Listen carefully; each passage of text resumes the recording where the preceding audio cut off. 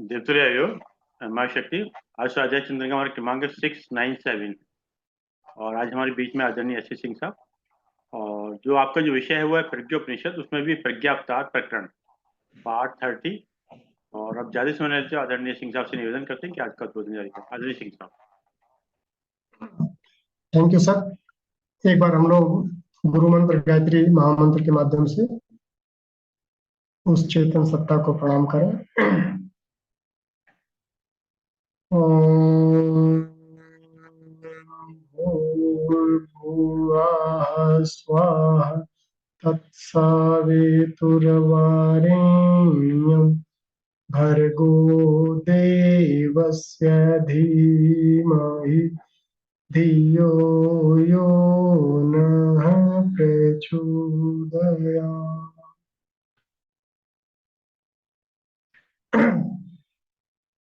इस कक्षा में उपस्थित सभी स्नेह स्वजनों को, साथियों को नमन बंदन।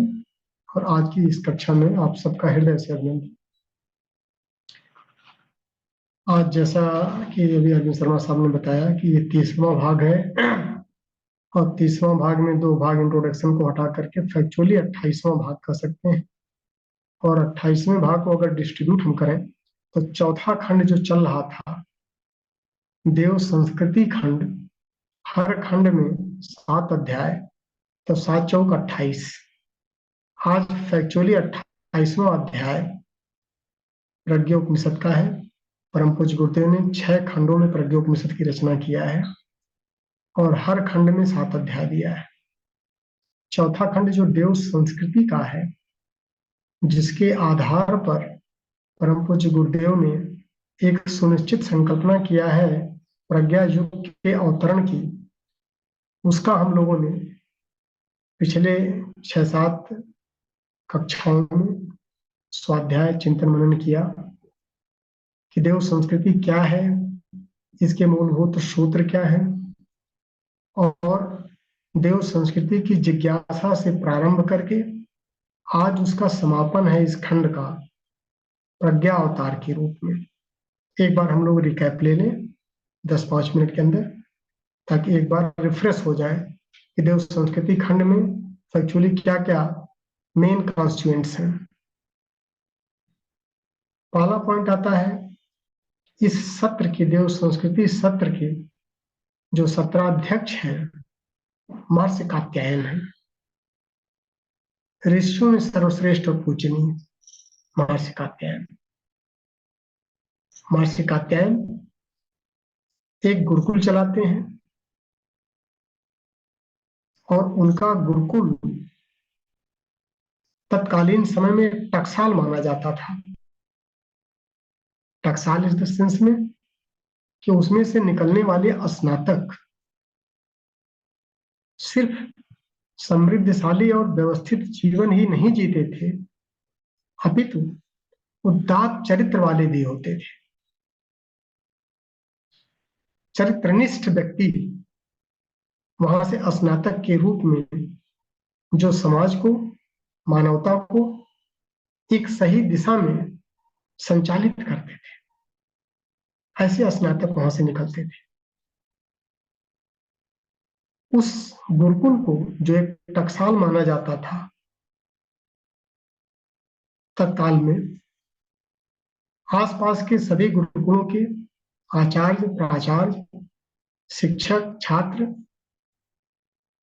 उनके गुरुकुल को देखने आते हैं कि आखिर क्या कुछ इनकी शिक्षा पद्धति है, कैसे शिक्षण दिया जाता है कि जहां पर इस तरह से उदात्त व्यक्तित्व पैदा होते हैं।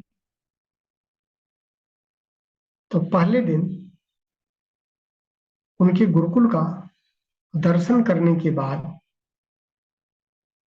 सभी लोगों ने एक मत से यह निर्धारित किया, महर्षि कात्यायन से प्रार्थना किया कि कुछ समय के लिए नॉर्मल शिक्षण को बंद करके विशिष्ट शिक्षण का सत्र रखा जाए कि इस तरह के स्नातक को पैदा करने के लिए क्या कुछ उपाय रखा जाए।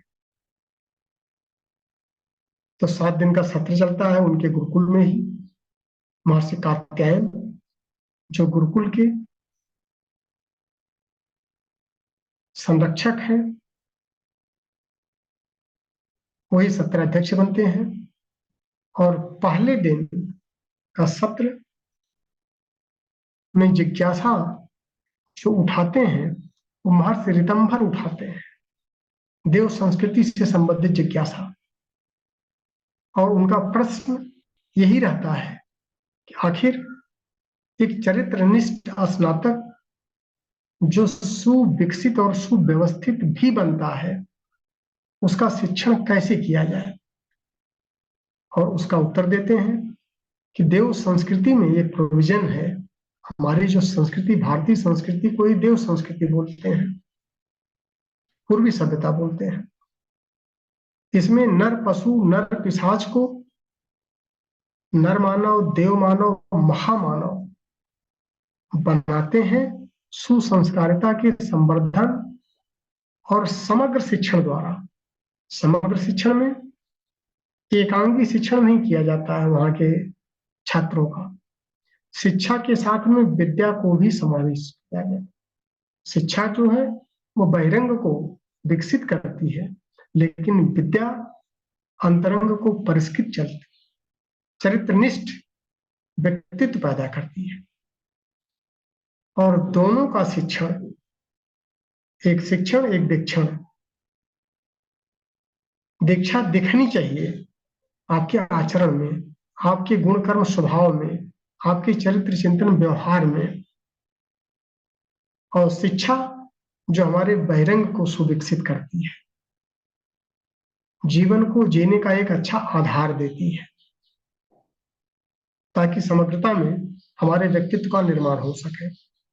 तो नर पशु से महामानव बनाने की जो कला थी, उस समग्र शिक्षण के बारे में महर्षि कात्यायन अपने विचारों को अभिव्यक्त करते हैं और बताते हैं कि आत्मिकी के साथ में भौतिकी दोनों को लेके चलना पड़ता है। सिर्फ भौतिकी की शिक्षा, सांसारिक विषयों की शिक्षा ही काफी नहीं होती है। सांस्कारिक विषयों की शिक्षा से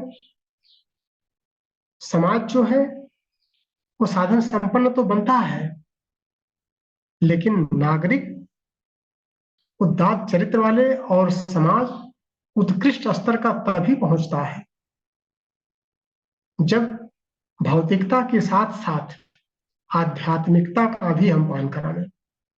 और ये दायित्व संरक्षक से लेकर के और गुरुकुल के सभी शिक्षकों और प्रशिक्षकों के दायित्व के अंदर आता है। उस पर गंभीरता से चर्चा चलती है। तो पहले दिन का जो सत्र जिसमें जिज्ञासा ऋतंभर ऋषि ने किया था, उसका समाधान मूलभूत सूत्रों के द्वारा मासिक अध्ययन देते हैं। दूसरे दिन फिर सत्र उठता है और उस दिन के जो जिज्ञासु ऋषि हैं महर्षि आरण्यक हैं। और दूसरे दिन का जो सत्र है वर्णाश्रम धर्म, देव संस्कृति की जो रीढ़ है, बैकबोन है, वो वर्णाश्रम व्यवस्था है। और ये वर्णाश्रम व्यवस्था देश काल परिस्थितियों में अपरिवर्तनशील है, आज भी उतना ही प्रासंगिक है। सिर्फ अपनी भ्रांतियों को दूर करने की आवश्यकता है। इसी पर हमारी देव संस्कृति टिकी हुई है। उस पर चर्चा वो करते हैं कि आखिर ये वर्णाश्रम व्यवस्था की साइंस क्या है, इसकी वैज्ञानिकता क्या है। और भारतीय संस्कृति का मेरुदंड कहा जाने वाला वर्णाश्रम दो भागों में विभाजित है, एक वर्ण दूसरा आश्रम।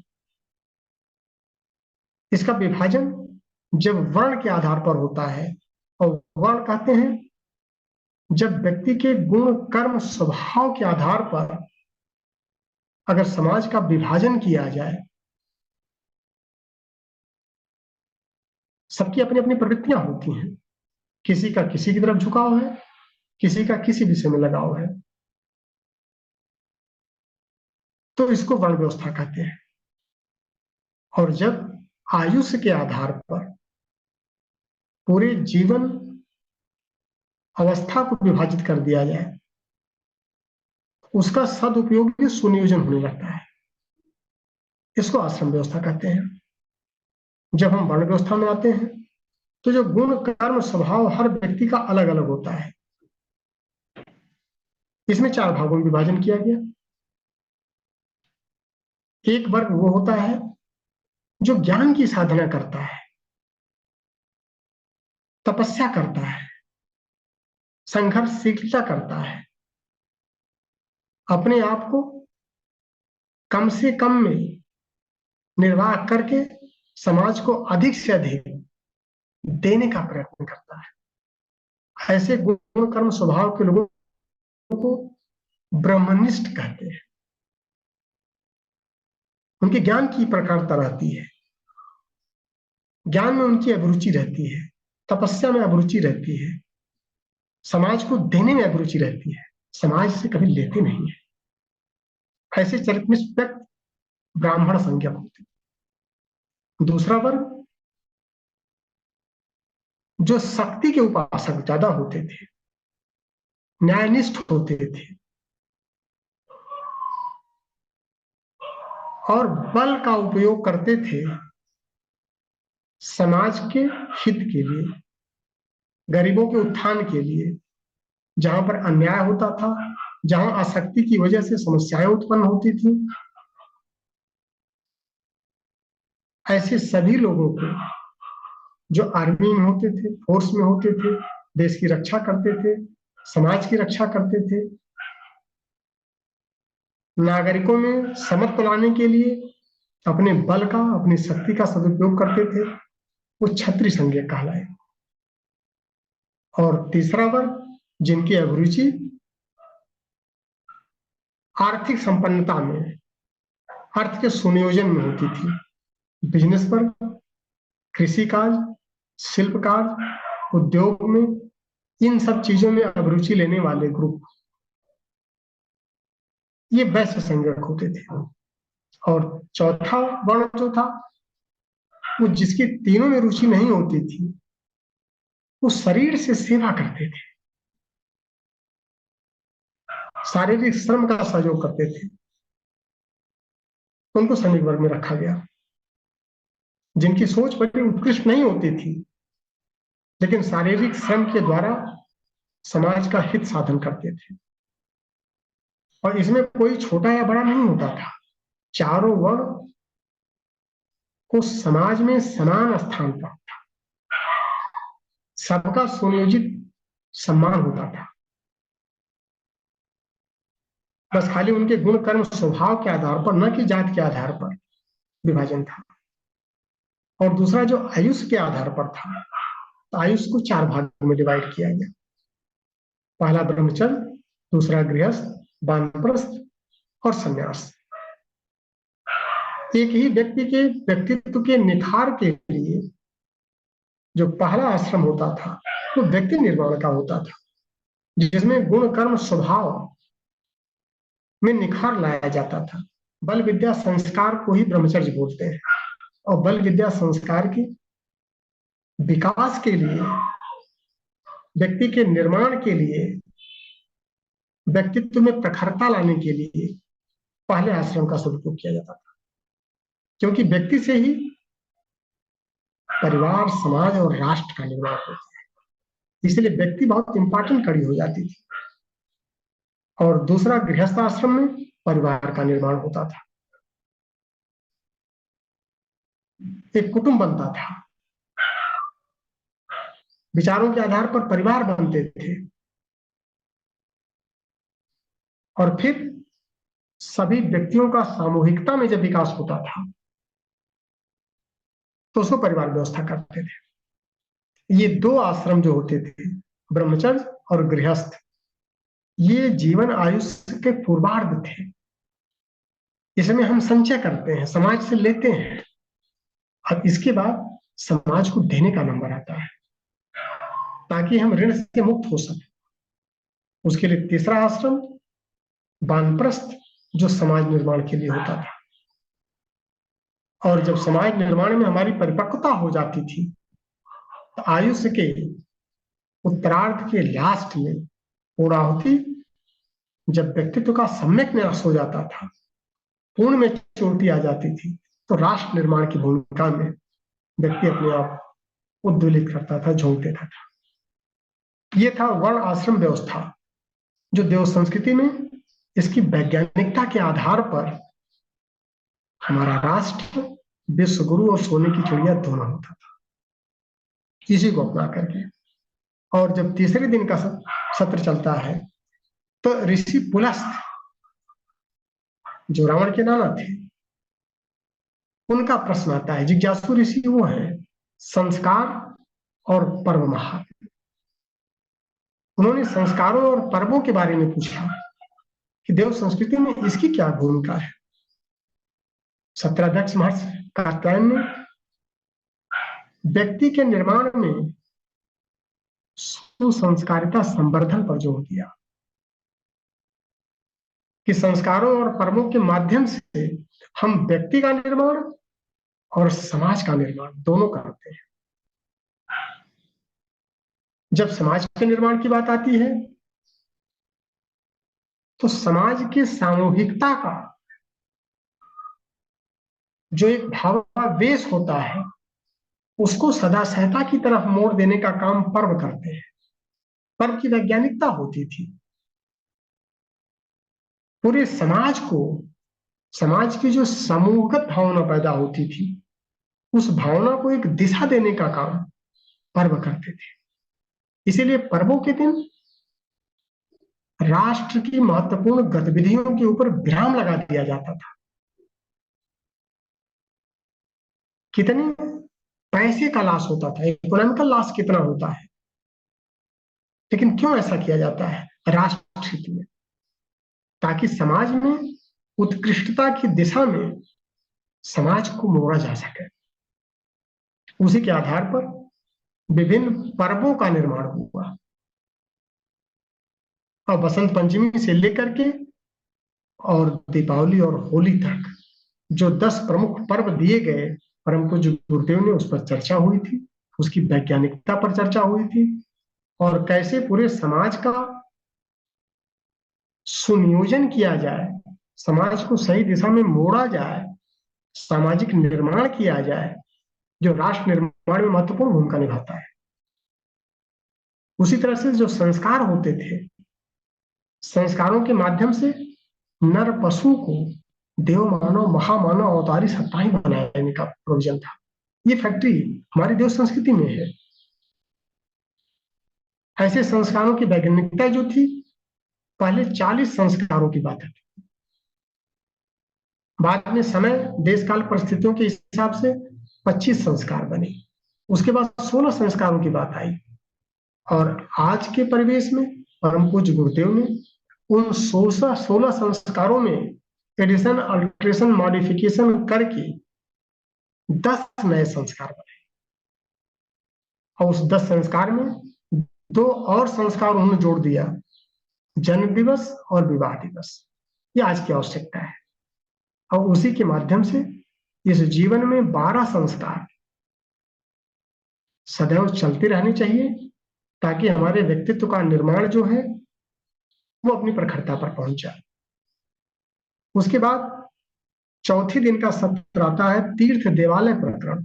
महर्षि शांडिल्य ऋषि हैं जो इसके बारे में पूछते हैं कि देव संस्कृति में प्रतिमा की उपासना, चिन्ह पूजा का क्या महत्व है।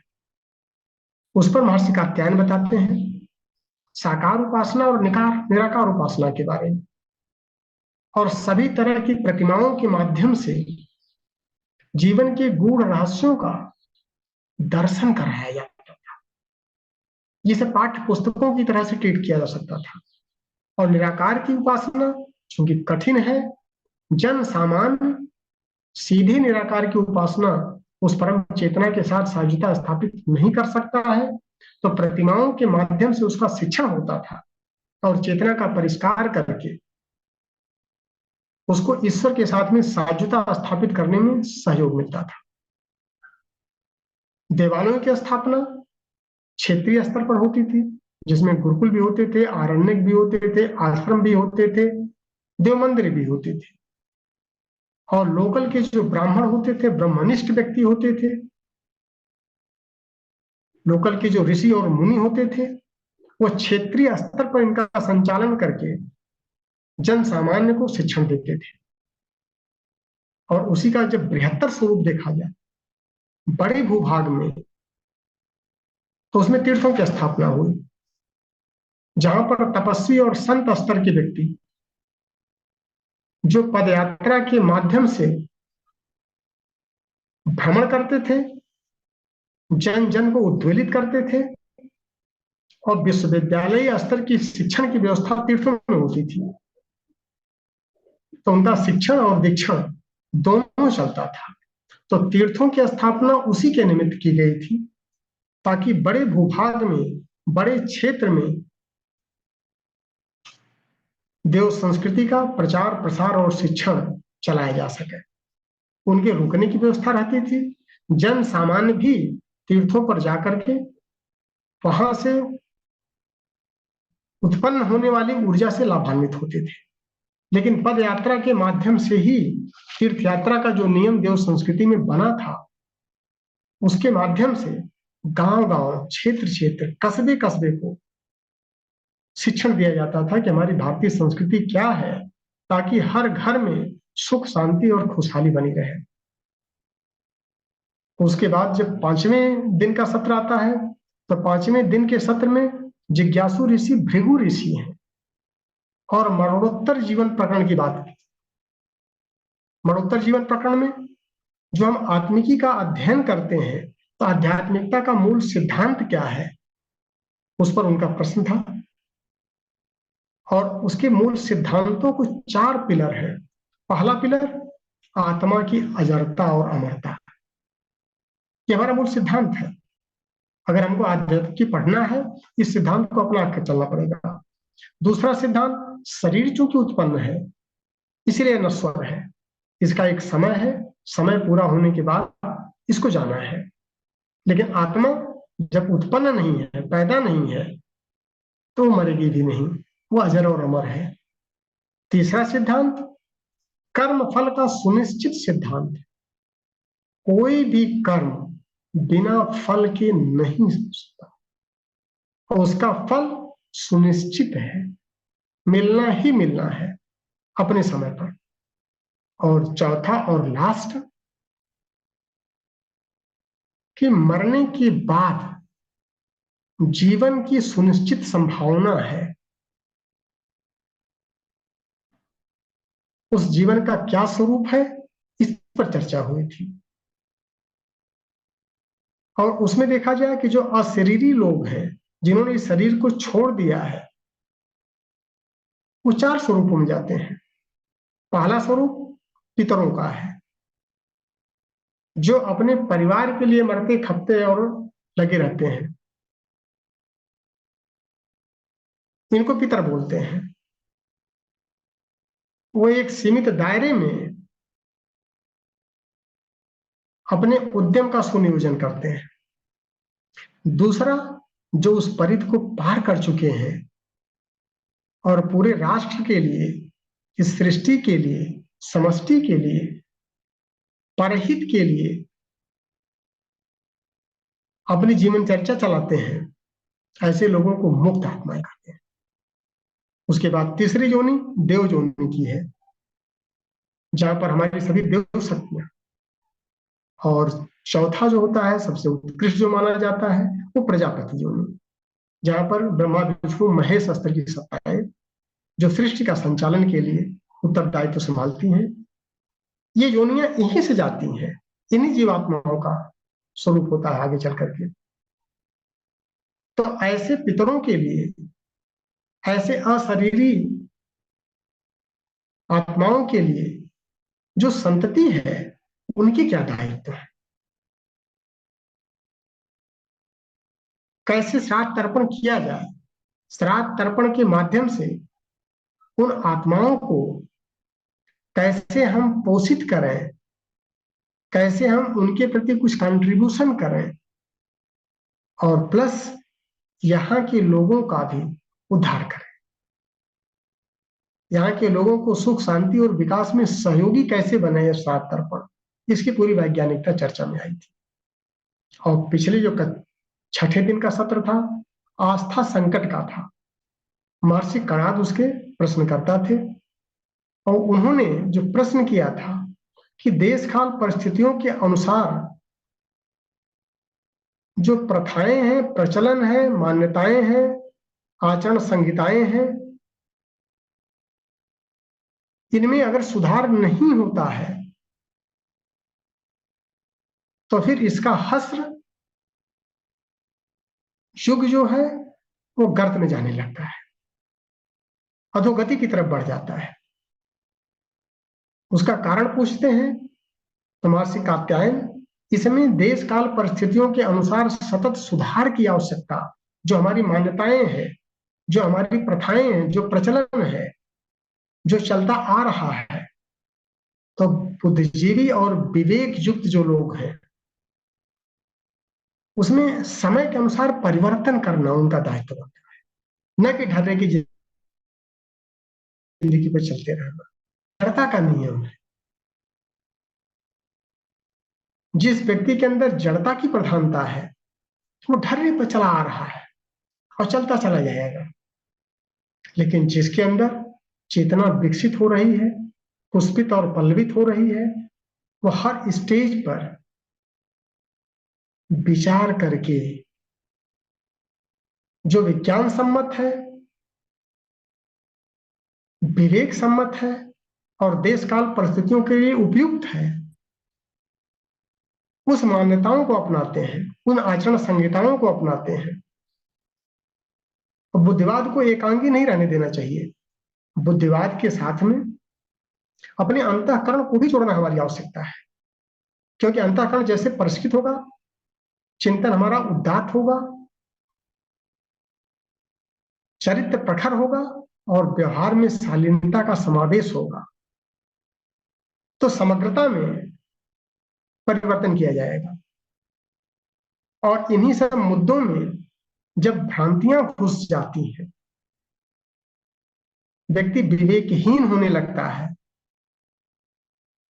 जब उसको प्रत्यक्ष पर विश्वास होने लगता है, परोक्ष की प्रेरणाएं जो हमारे अंतःकरण में उठ रही हैं उस पर से जब विश्वास उठने लगता है, इसी को आस्था संकट कहते हैं। और आज सारी समस्याओं की जड़ उसी आस्था संकट पर आकर के, उसी आस्था संकट की वजह से चिंतन, चरित्र और व्यवहार में गिरावट आई है और उसी का हश्र हम सब देख रहे हैं। और इसी आस्था संकट को परिमार्जित करके हम जो नवयुग की एक अवधारणा परम पूज्य गुरुदेव ने दिया है, प्रज्ञा अवतार, उसकी तरफ बढ़ सकते हैं। प्रज्ञा अवतार आज की जो जिज्ञासु ऋषि हैं, परम कारुणिक ऋषि महर्षि आगस्त्य। महर्षि आगस्त्य, उन्होंने शिक्षण पैदा हुए पूर्वी भारत में, लेकिन उनका जो सेवा काल था दक्षिण भारत में हुआ। उन्होंने अपनी कर्मभूमि दक्षिण भारत को बनाई और बहुत ही करुणा से ओतप्रोत थे। इन्हीं के बारे में कहा जाता है, एक जीव के भावना का सम्मान करते हुए पूरे समुद्र को पी गए थे। ऐसे ऐसे महान विभूतियां इसी धरती पर इसी देव संस्कृति को लेकर के चली है। आज वो पूछ रहे हैं प्रश्न, आज की विभीषिकाओं को देखते हुए जो समाज में आज चल रहा है, एक व्यक्ति दूसरे व्यक्ति के ऊपर विश्वास नहीं है। सभी लोग एक दूसरे को संदेह की निगाह से देख रहे हैं। पूरा समाज डरा हुआ है, इंसान इंसान से डर रहा है, अपने घर में ही असुरक्षित है। प्रकृति के प्रकोप अपनी पराकाष्ठा पर जा रहे हैं। चारों तरफ एक दूसरे के खून के प्यासे लोग हैं। जो विज्ञान का वरदान मिलना चाहिए, वो विज्ञान की उपलब्धि अभिशाप के रूप में सामने आ रही है।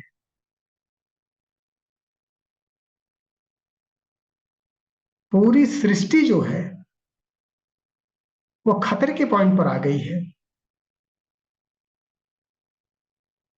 और परमात्मा की बनाई हुई इतनी बढ़िया सृष्टि में अगर ये सब चीजें, अवांछनीयता अपने विकराल स्वरूप में बढ़ती जा रही है, तो करुणा से ओतप्रोत महर्षि अगस्त 17 अध्यक्ष महर्षि कात्यायन से प्रश्न पूछते हैं कि समाज में संत सुधारक शहीद हमेशा हुए हैं, लेकिन सुधारक की एक सीमा है, एक उसकी क्षमता है, और जब सीमित क्षमता में ये सुधार परिवर्तन संभव नहीं हो पा रहा है, तो हे भगवान, क्या अब सृष्टि का खंड प्रलय आ गया है या महाप्रलय की तरफ हम बढ़ रहे हैं? क्या आज की जो विभीषिकाएं उत्पन्न हुई हैं, इन विभीषिकाओं का कोई समाधान भी है? क्योंकि एक व्यक्ति, एक महामानव के बस की ये समस्याएं कहीं से सुलझती नजर नहीं आ रही हैं। इसका क्या उपाय है? आगे क्या कुछ होने वाला है? अपनी पीड़ा को जब रखते हैं सत्राध्यक्ष महर्षि कात्यायन, फिर उसका समाधान करते हैं। वो कहते हैं संत सुधारक और शहीद ये व्यक्तिगत स्तर पर होती है, इनकी एक सीमित दायरा है, एक सीमित क्षेत्र में एक सीमित समस्या का ही समाधान ये कर सकते हैं। लेकिन जब समस्याएं विकराल रूप लेने लगती हैं और इनके नियंत्रण के बाहर जाने लगती हैं,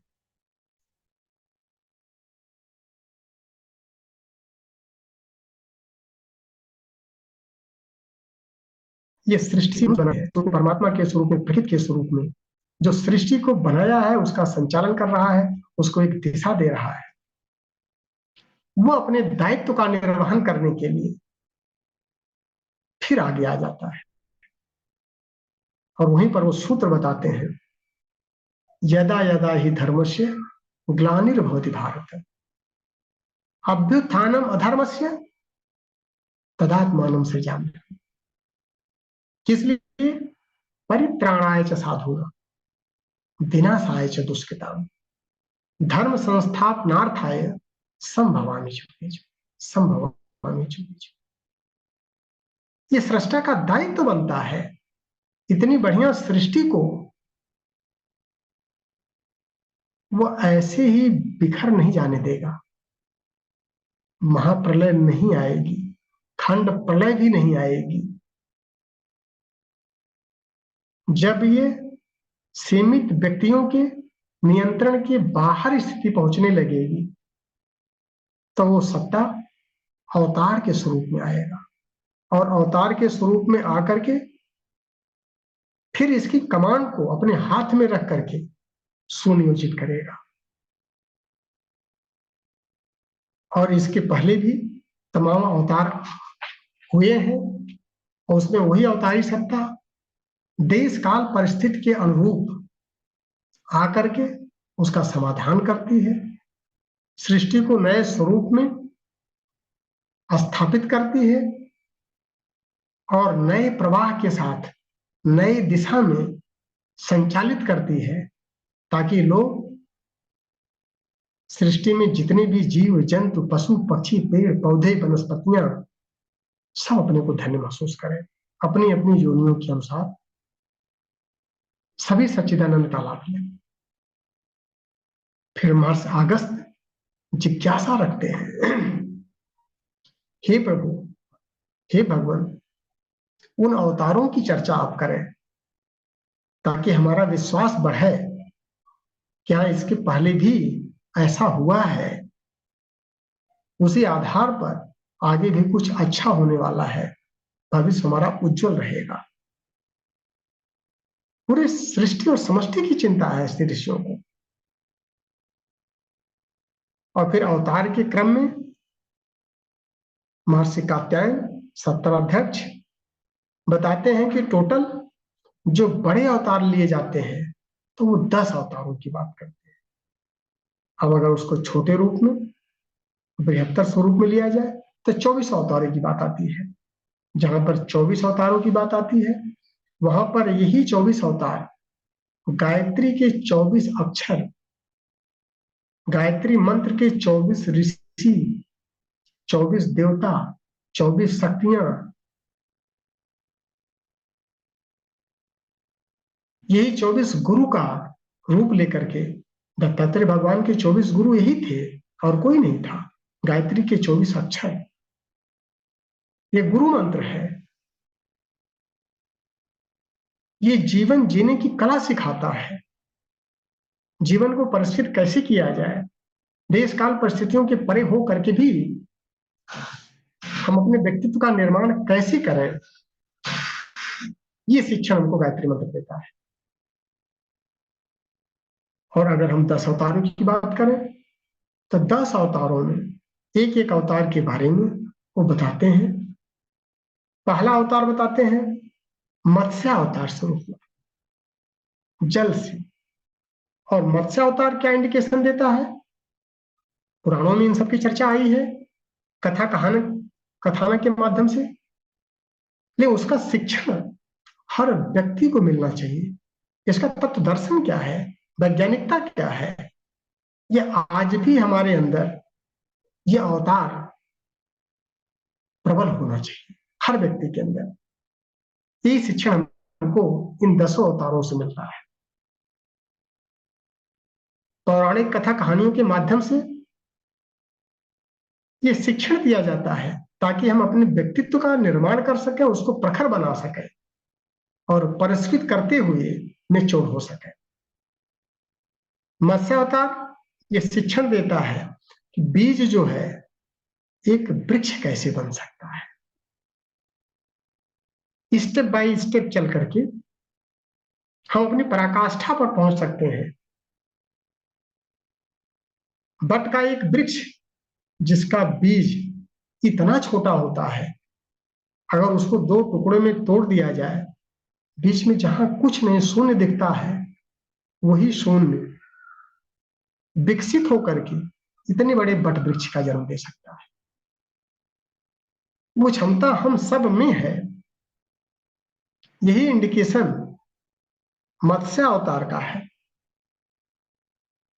कि अगर छोटी सामर्थ्य हो या छोटा साधन हो, उसका सुनियोजन, उसका सानिध्य अगर हम बड़े उद्देश्य के साथ में कर लें तो उसको विराट होने में समय नहीं लगेगा। यही शिक्षण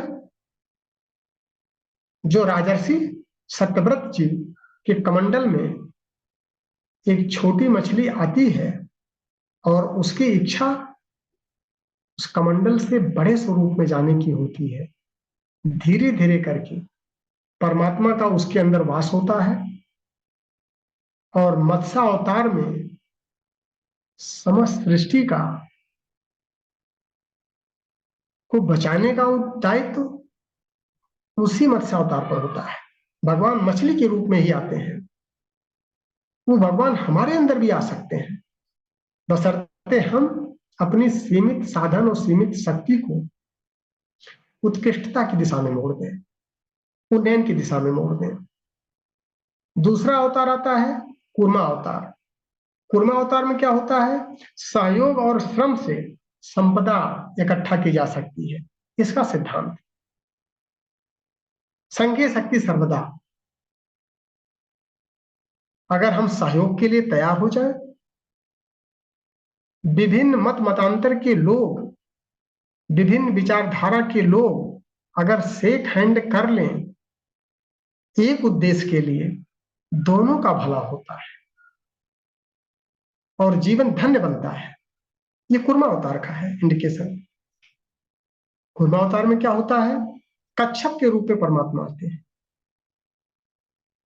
और देवताओं और दानवों, 2 अलग अलग विचारधारा के लोग हैं, दोनों को कहते हैं सम्मिलित होकर के श्रम करो और सम्मिलित होकर के जब श्रम करते हैं तो क्रेडिट उनको दे देते हैं, और जिस मंदराचल पर्वत को पूर्व के ऊपर रखा जाता है, कच्छप के ऊपर रखा जाता है, सारा भार स्वयं वहन करते हैं। लेकिन समुद्र मंथन के उपरांत जो 14 रत्न प्राप्त होते हैं, यही इसका शिक्षण है। उसमें हमारी चेतना देवता है, शरीर दानव है। और जब इस शरीर का सुनियोजन हम चेतना के साथ मंथन करेंगे समुद्र का, हमको भी 14 रत्न प्राप्त होंगे। सिर मणिरंभा वारुणी अमी शंख गजराज, कल पद्रुम धन धेनु सन, धनवंतर विषबाज। ये 14 रत्न जो समुद्र से निकले हैं, ये प्रतीक है। इनका तत्व हमको समझना चाहिए। समुद्र से हाथी नहीं निकलता है, धनवंतरी समुद्र में नहीं बैठे रहेंगे। इसमें विवेक लगाने की आवश्यकता है। लक्ष्मी जी समुद्र में क्या करेंगी? जब हम श्रम के साथ में चेतना को इस्तेमाल करेंगे, इस शरीर के साथ में बुद्धि को जोड़ करके और श्रम करेंगे, हमारा स्वास्थ्य ठीक हो जाएगा, संपत्ति बढ़ जाएगी, धन आने लगेगा, विवेक जागृत होगा।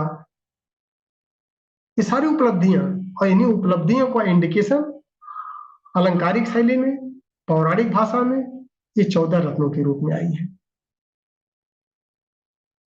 इसको समझने की आवश्यकता है। ये है हमारी अवतार प्रक्रिया। और तीसरा अवतार जो होता है, वाराह अवतार। भगवान सुअर के रूप में आते हैं, सुकर के रूप में। और सुकर के रूप में आकर के क्या करते हैं कि जो धन संपदा इकट्ठा हो रही है, उस पर किसी एक व्यक्ति का अधिकार नहीं है। अगर कोई अपना आधिपत्य जमाता है, उससे छीन लिया जाता है, और छीन लेकर के जो हिरणाक्ष धरती की संपदा को ले जाकर के समुद्र में डुबो देता है, ताकि उसका अकेले उपभोग करेगा। वहां से ला करके सर्वे भवन्तु सुखिनः के लिए, पूरे पृथ्वीवासियों के लिए उसका सुनियोजन करते हैं। यही काम हम सबको करना चाहिए कि संपत्ति इकट्ठा तो करें, लेकिन सुनियोजन के लिए, अपने स्वार्थ के लिए नहीं, अपने उपभोग के लिए नहीं। उसके बाद नरसिम्हा अवतार आता है, और नरसिम्हा अवतार में फिर वहां पर वो सदा सहता का पोषण करते हैं। अगर कोई सच्चे रास्ते पर जा रहा है और दुष्टता उसके साथ साथ चल रही है, तो उस दुष्टता का दमन परमात्मा अपने स्वरूप में आके करते हैं। जहां पर हिरण्यकशिपु प्रहलाद को, अपने पुत्र को, अपनी शक्ति का प्रदर्शन दिखाता है, बोलता है कि बता आज तेरा भगवान कहाँ है, आज मैं तेरे को इसी तलवार से कई टुकड़े कर दूंगा। खंबे में बात कर दी। वहां पर भी उसकी आस्था संकट नहीं उसके साथ में है, उसकी प्रबल आस्था और विश्वास उस परमात्मा में है। वहां भी कहता है, हम में तुम में खड़क खम्भ में घट घट व्यापी राम, अब पूज्य पिता तुम्हें सूझत नहीं, जहाँ देखो तह राम ही राम। चेतना के साथ में इस तरह की साजुता स्थापित करने वाले प्रहलाद का पोषण और संरक्षण, उसकी सदा सहता को महत्व देने के लिए उस खंभे भी चेतना बाहर निकल आती है नरसिंह के रूप में, और दुष्टता का दमन करके उसका पोषण करती है। उसके बाद पहला अवतार मनुष्य रूप में होता है वामन अवतार, जो 5वां अवतार है। और वामन अवतार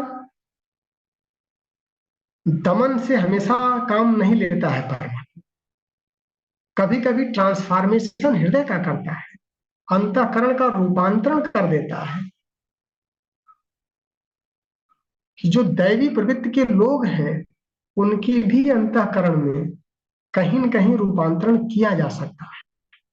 वामन अवतार आकर के उन्होंने सिर्फ दैत्यराज बलि से 3 कदम जमीन मांगा और बात के पक्के होने की वजह से पूरे धरती को दोबारा से धन्य कर दिया।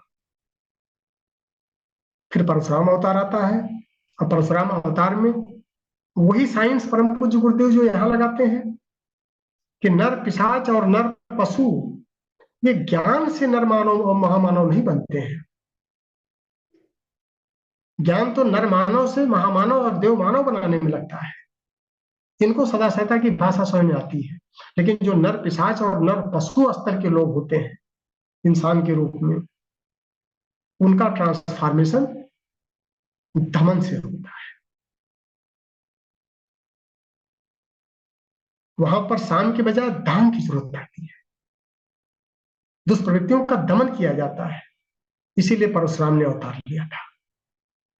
ये ऋषि का अवतार का ये दायित्व बनता है कि हर जगह शास्त्र से काम नहीं चल सकता है, शस्त्र की भी उपयोगिता स्नेह सौजन्य के साथ पराक्रम की सख्त आवश्यकता है, नहीं तो धर्म हमारा एकांगी हो जाएगा और कमजोर पड़ जाएगा।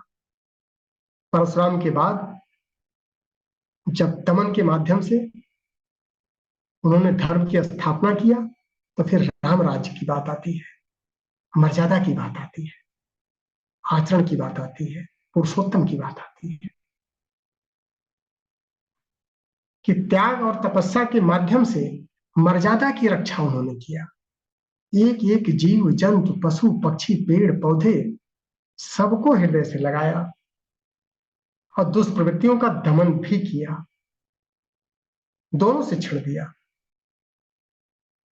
जो पुरानी परंपराएं थी, बहुपत्नी प्रथा सभी राजाओं में होती थी, उसको उन्होंने तोड़ा। एक पत्नी व्रत धारण करके सर्वसमर्थ शक्तिमान राजा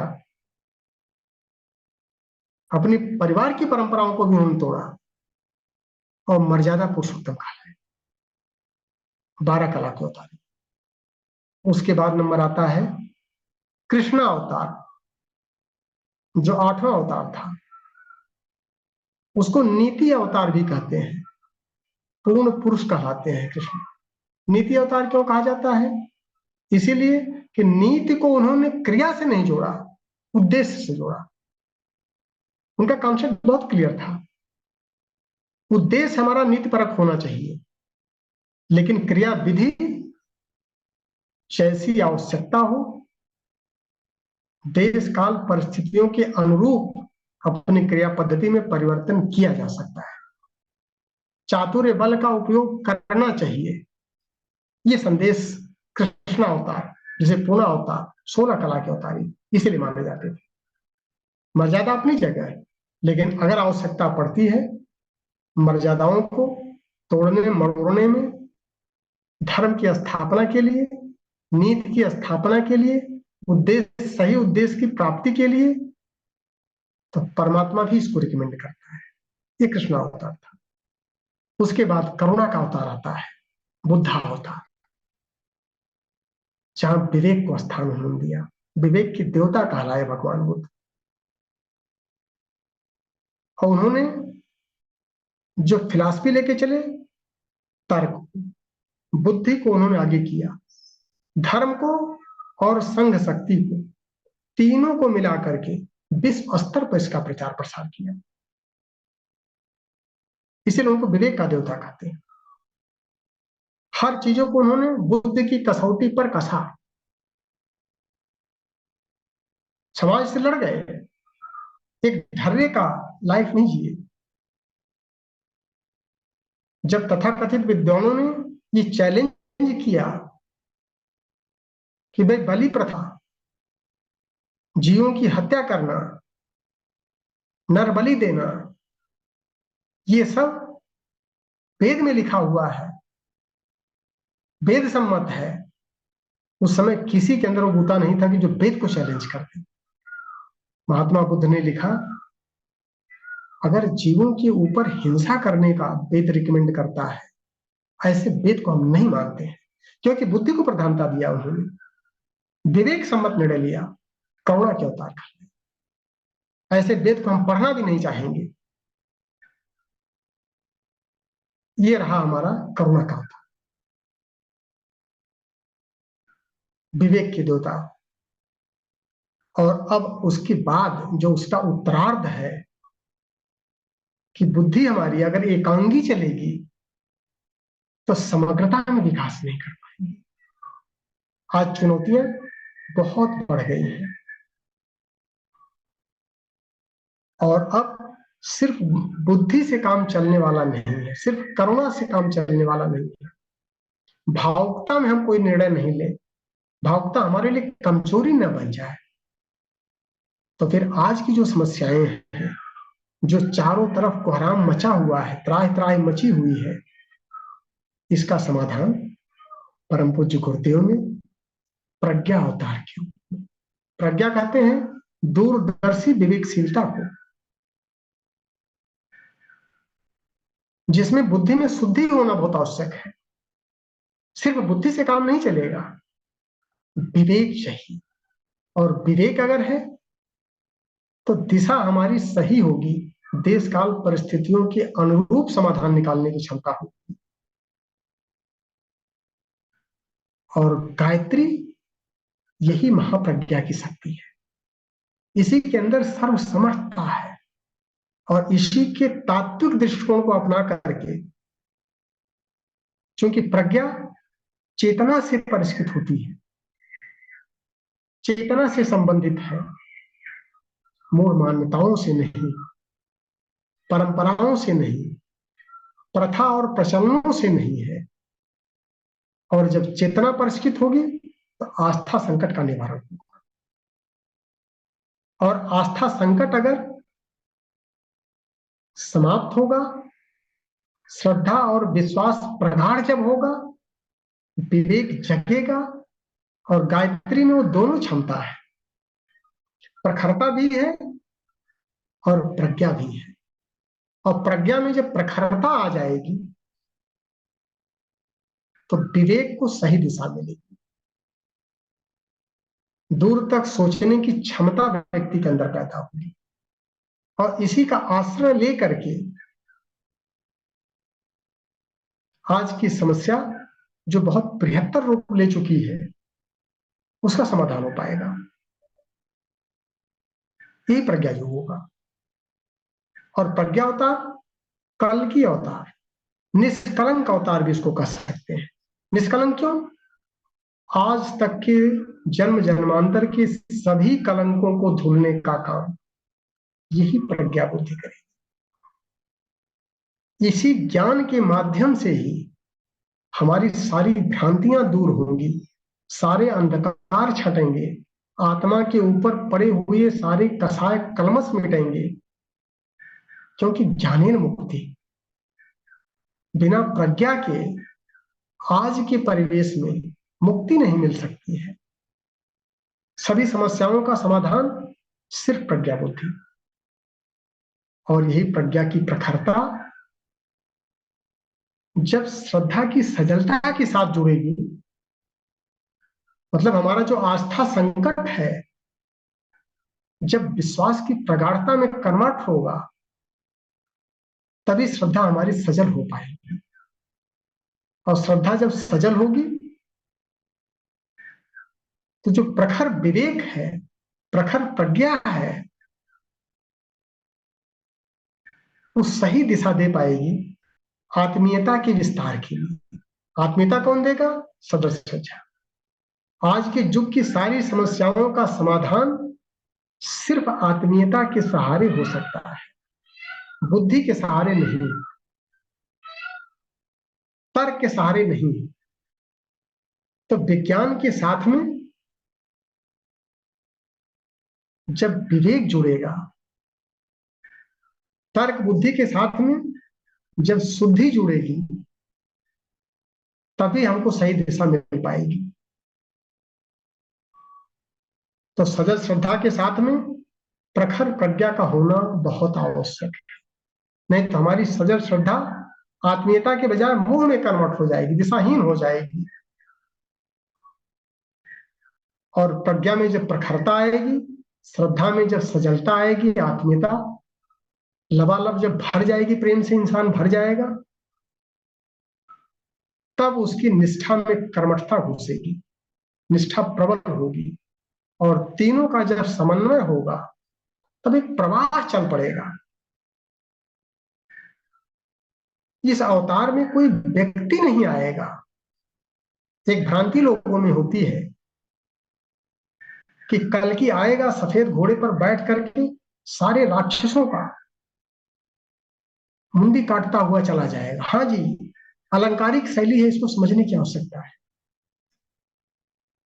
जो अज्ञानता हमारे मस्तिष्कों में छाई हुई है, आसक्ति और भय के रूप में, अज्ञानता के रूप में, अंधेरे के रूप में, इस मुंडी को काट देगा। कौन? कल की सफेद घोड़े पर बैठ करके आएगा। सफेद घोड़ा ज्ञान को बोलते हैं, शुद्ध बुद्धि को बोलते हैं। बुद्धि में शुद्धि के साथ जब तलवार आएगी तो इस अज्ञानता के अंधकार को दूर करती चली जाएगी,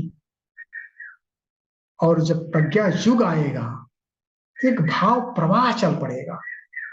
जगह जगह से दिव्य सत्ताएं उत्पन्न होना शुरू हो जाएंगी, आचरण के माध्यम से शिक्षण देने लगेंगे समाज को, और पूरे समाज का सुधार और परिष्कार चल पड़ेगा।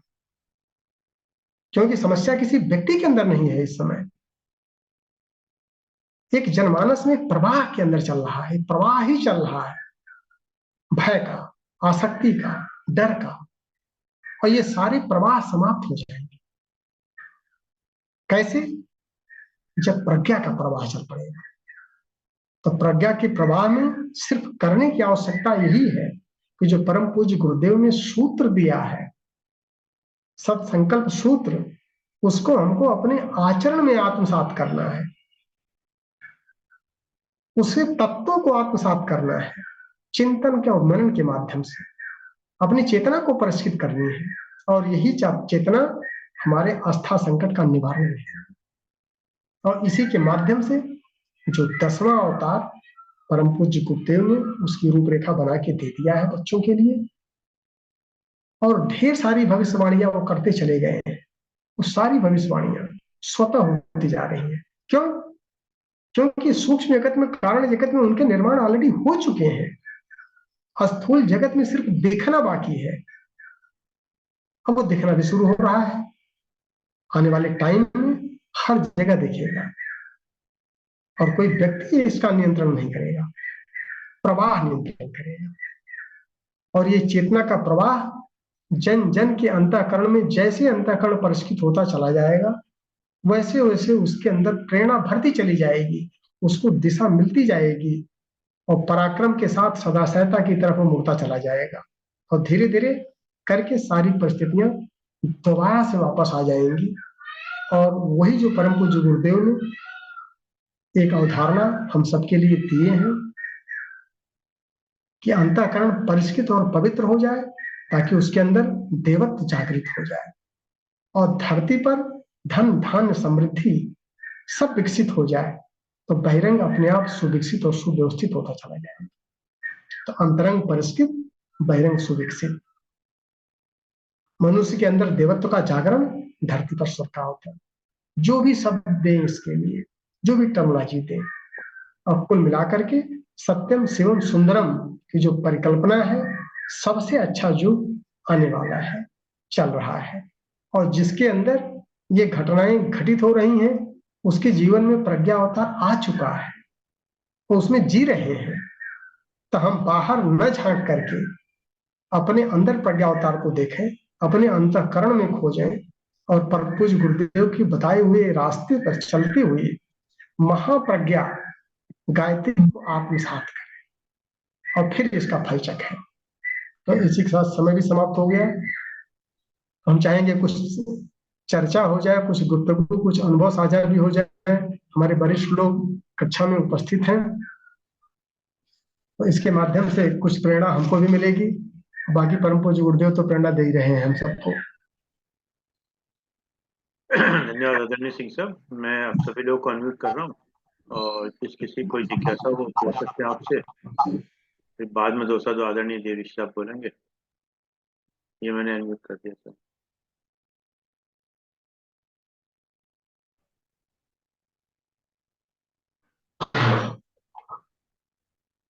किसी की कोई जिज्ञासा हो या कोई अनुभव साझा करना चाहते हो, अपने माइक को ऑन करके अनुभव साझा करें प्लीज, क्योंकि माइक अभी सबके ऑन कर दिए गए हैं, लेकिन आपको खुद ऑन करना पड़ेगा।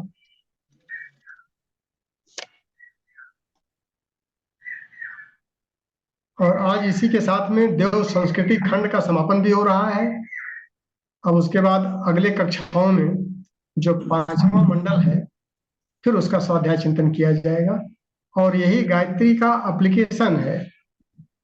जो टोटल 6 अध्याय 6 खंड में परम पूज्य गुरुदेव ने गायत्री साइंस का एप्लीकेशन बताया है, और हम साधना के क्रम में इसी एप्लीकेशन को अपने जीवन में उतारते चल रहे हैं। तो अपने आप प्रज्ञा जो हमारे अंदर आ जाएगा, क्योंकि हम इसको अपना रहे हैं जीवन में। हमको मिल रहा है तो हम समझ रहे हैं, जब हमको मिला तो सबको मिल जाएगा। चौधरी साहब कुछ कहना चाहते हैं? नमस्कार सिंह साहब, नमस्कार। प्रणाम सर, प्रणाम सर, आदेश करें सर। आपने तो निचोड़ निकाल दिया। प्रज्ञा अवतार का मतलब है खुद को प्रज्ञावान कर लेना और श्रद्धावान कर लेना। और जब ये हो जाएगा तो सचमुच हम बदलेंगे तो ये बात सही हो जाएगी। सर ये हमने नहीं, ये परम पूज्य गुरुदेव ने बताया हमको कि जी बेटा जी इसका हाँ, मतलब यही है कि लोग बाहर देख रहे हैं कि हाँ अभी प्रज्ञा होता है, बाहर नहीं होगा, अंदर होगा। जरूर।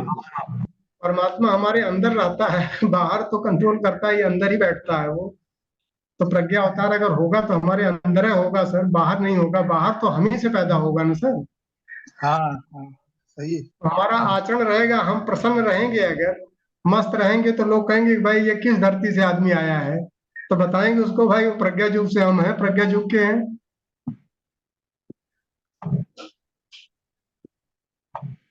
इसकी तो अभिव्यक्ति हम ही लोगों को करना पड़ेगा, गुरुदेव के बच्चे ही तो करेंगे इस स्वरूप में जी करके। और बाकी जो भ्रमित है वो बाहर खोजेंगे, वो देखेंगे पूरब तरफ से आ रहा है कि पश्चिम तरफ से आ रहा है।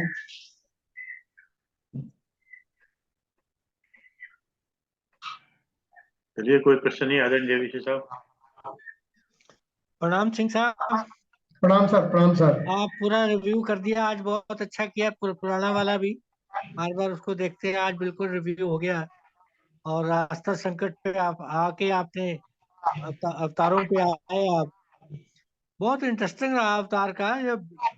लेकिन ये भाई ये मन में विचार तो जरूर आता है भाई, अगर 9 अवतार एक भौतिक रूप में आए हैं तो 10वां अवतार भौतिक रूप में क्यों नहीं आएगा? ये मन में विचार तो आएगा, ये आपके मन में भी आया होगा जरूर कभी ना कभी। सर पहले आता था, अब नहीं आता है। और जब से हमने तत्वदर्शी देखने, जब परम पूज्य गुरुदेव के रास्ते पर तत्व चिंतन में गए, तब लगता है कि अब वो किस स्वरूप में आएगा, किस स्वरूप में आ रहा है। चूंकि हमारे अंदर अवतरित हो रहा है, तो इसलिए हम उसका आनंद ले रहे हैं।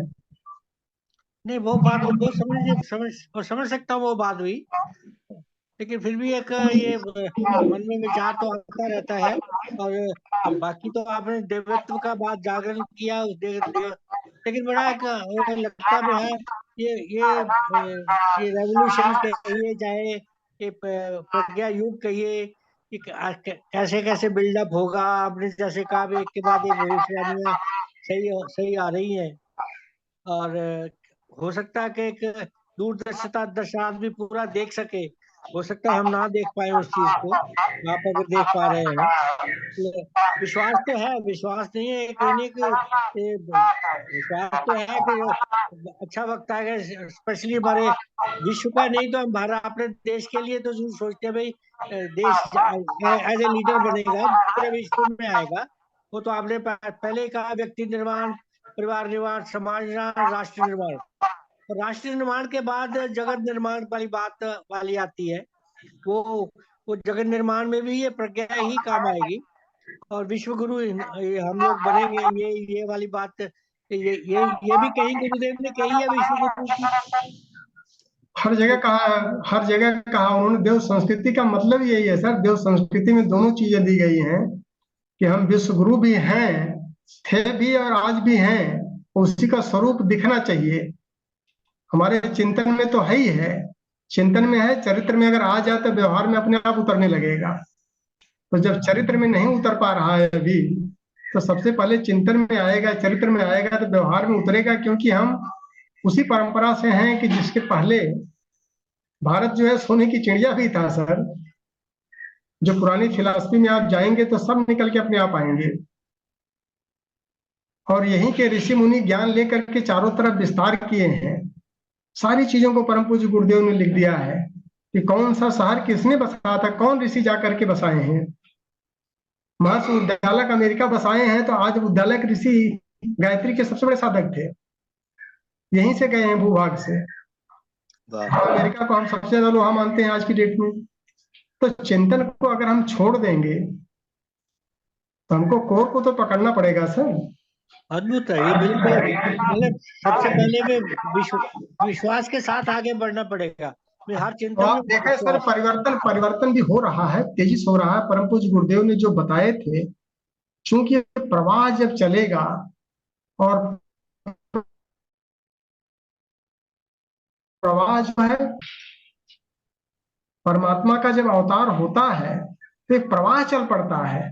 श्रेय एक व्यक्ति को जरूर दिया जाता है स्थूल जगत में, जो भी आप कह रहे हैं कि लोग पैदा हुए हैं, व्यक्ति आए हैं, लेकिन ध्यान प्रवाह पर जाए। परम पूज्य गुरुदेव ने इसी फिलॉसफी को दिया है, दर्शन दिया है कि श्रेय एक व्यक्ति को जरूर जाता है जनमानस के द्वारा, लेकिन फैक्चुअली ऐसा नहीं होता है। फैक्चुअली प्रवाह आता है और प्रवाह में सबकी भूमिका निर्धारित रहती है। जो जिस स्तर का रहता है उसके अंदर वही चेतना आकर के अंतःकरण में प्रवाहित होती है और सभी चल पड़ते हैं। चाहे राम का अवतार हो, चाहे कृष्ण का अवतार हो, श्रेय रामकृष्ण को जरूर जाता है। लेकिन जब प्रवाह चलता है तो जीव जंतु पशु पक्षी सबके अंतःकरण में प्रवाहित होती है वो चेतना, और उसी को सृष्टा कहते हैं। वही ईश्वर है, वही परमात्मा है। और अपनी सृष्टि का सुनियोजन करने के लिए, बचाने के लिए, सही दिशा देने के लिए फिर वो आता है विभिन्न रूपों में, प्रवाह के रूप में, और सभी के अंदर प्रवाहित होता है। सबका प्रयास, आस्था संकट का जरूरी। समाधान के लिए। सबका प्रयास, दो लोग एक साथ। आस्था संकट को के समाधान के लिए। तो आस्था संकट ही तो सारी समस्याओं की समाधान, सारी समस्याओं की जड़ है सर।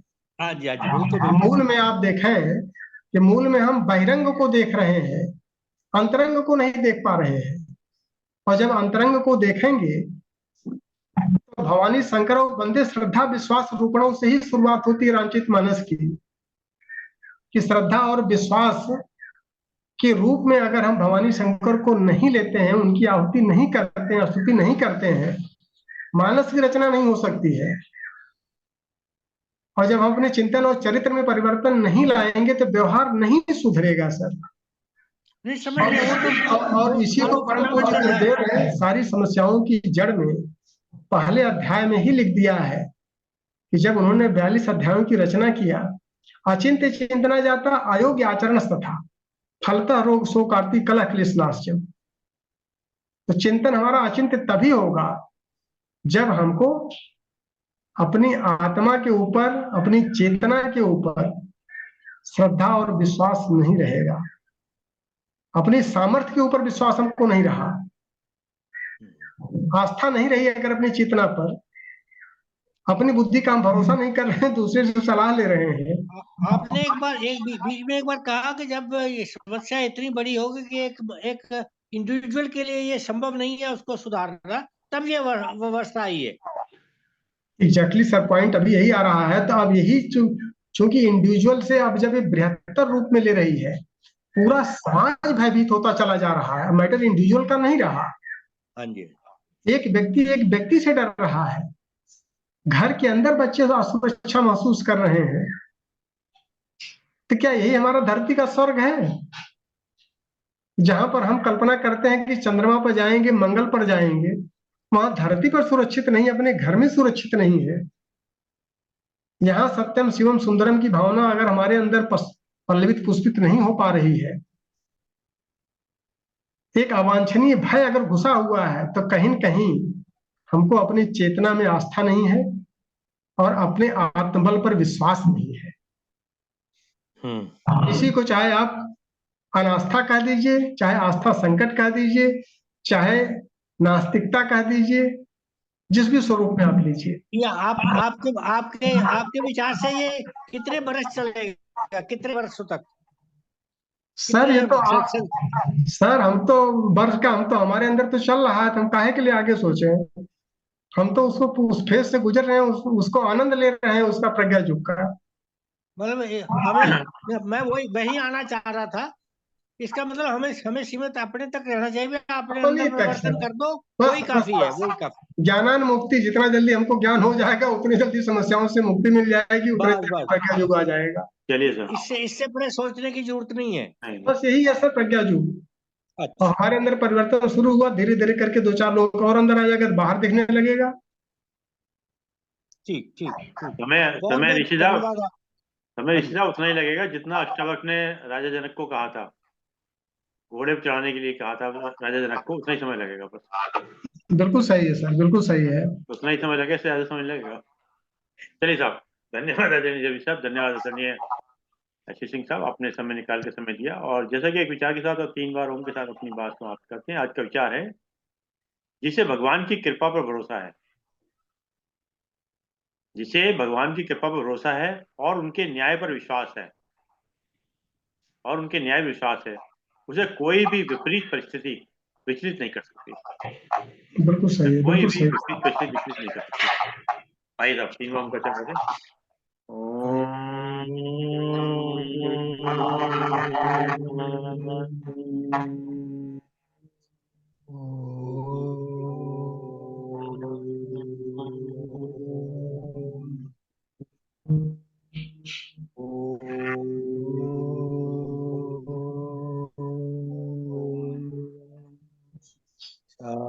शांति